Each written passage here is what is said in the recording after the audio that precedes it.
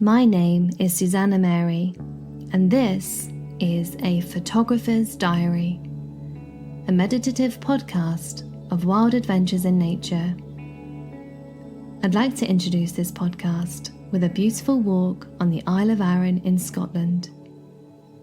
Then there'll be a bit about myself at the end of the story and information as to how you can have your own stories read on this podcast. The Isle of Arran is a special place to me. So special, I have named my son after it, whose bedtime stories inspired this podcast. Arran means power of the mountain. So let's delve into our first episode called The Mountain Power. Make sure you are comfortable and relaxed. Whether that's sitting with a hot drink on your favourite sofa under lamplight or relaxing in bed ready to sleep. As you listen, let the words take you off to a magical island off the west coast of Scotland. Now focus on your breathing. Take a long, slow, deep breath in and slowly breathe out and let your day melt away. The Isle of Arran is a small island. It is described by some as the miniature Scotland. An island bountiful with striking mountains and beautiful beaches. Due to changing sea levels and glacial erosion, the island rose up from the sea to form the iconic mountains that we see today. Arran had 2 active volcanoes, one being the largest in the UK. The northern granite on Arran is the remaining roots of one of the volcanoes. Nature's carvings have been hard at work here. What we see when we look at the island is millions of years of craftsmanship. My trip to Arran began in Glasgow. I travelled to a nearby port and crossed the sea on a ferry.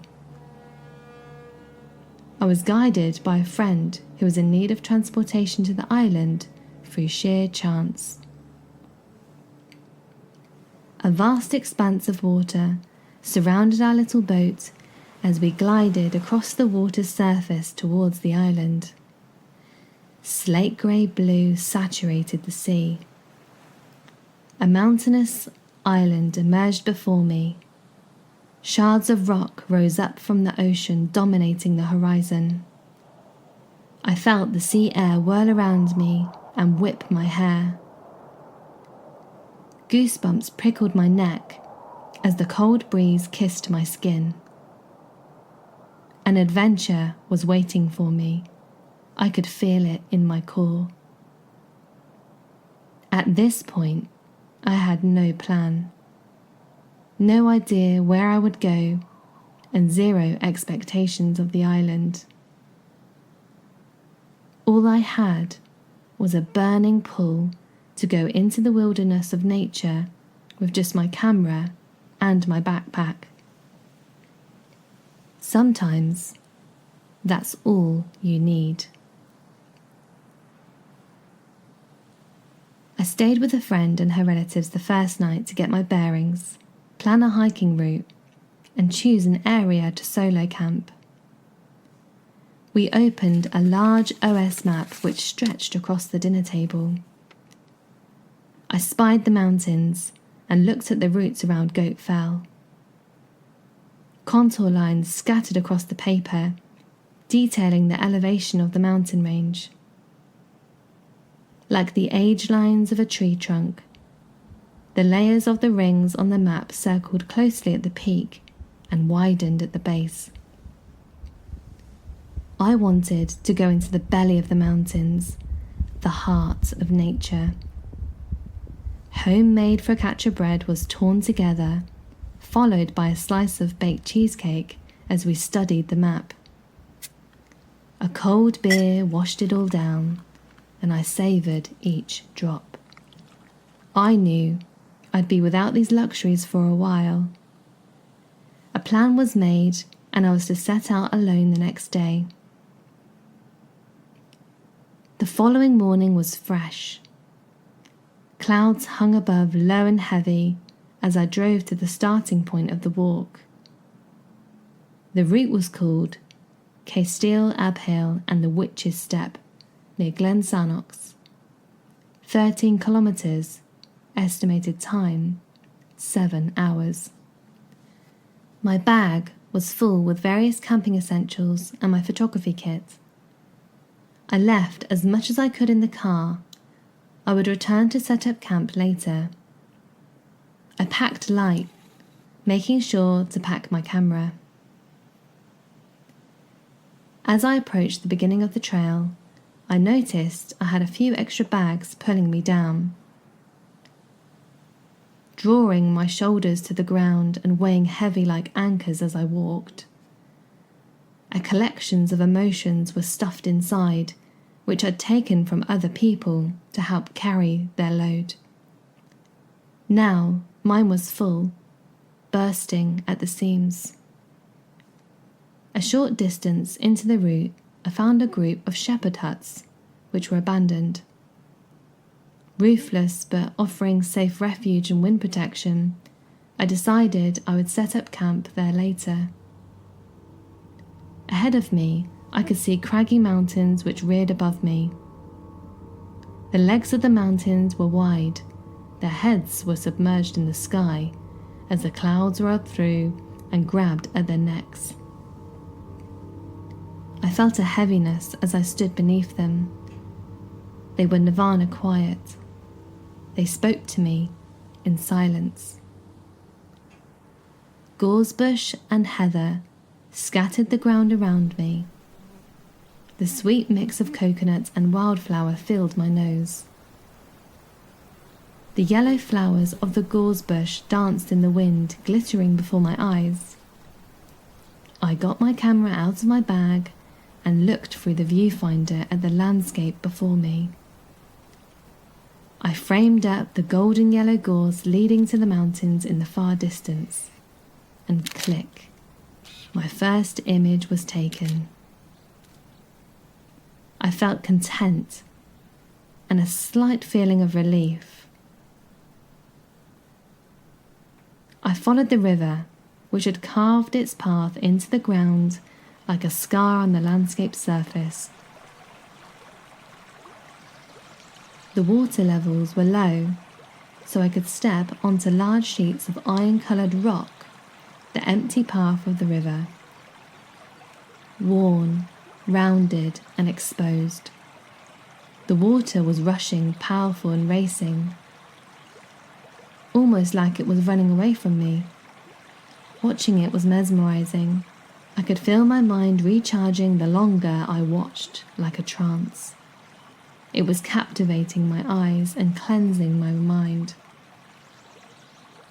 The mountains hid from me like a game of cat and mouse. The low cloud grazing across their peaks and swallowing their faces into the sky. As I walked further up into the clouds, I could see everything get smaller and smaller beneath me. Everything looked insignificant. Nothing mattered here. The walk turned into an ascent, which then turned into a scramble. This hiking route spoke of grade 3 scrambles, so I knew it was going to be a varied and challenging route. My legs begged for reward as they pushed each muscle upwards. As I rose, I was now begging the landscape with my hands as I crawled up the rock surface, clinging on to the edges of the earth with my skin. What was I begging for? To feel alive, to become the rock. It felt as though Mother Earth was in the palms of my hand, and as I took each grip, I was becoming part of the landscape, becoming a mountain. As I walked further, I felt myself grow wilder, my legs heavy like the rocks, my heart flowing like the river. When I reached the top, I was met with a view only a photograph can truly describe. I got my camera out of my bag and I took a photograph. I composed the image to include the valley as my main subject, as the mountains towered up either side of the photograph. Below the cliff edge was the river. Once a large obstacle, now a small snaking line drawn onto the landscape as if by pen. Sloping edges either side cocooned the river and rose up to form the valley. In the far distance was the ocean, a light blue strip of hope saturated in golden light from the sun, which was reflecting off the water.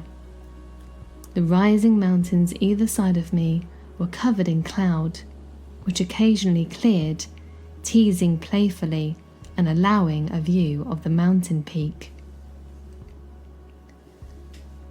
At the top, I was surrounded by a valley of mountain peaks, layer upon layer as they rolled off into the distance. I looked at their faces and they looked back at me. There is a feeling you get when you look at a mountain. It's almost as if there is an energy coming off them. A silence, a feeling of greatness and stillness I can't quite describe fully.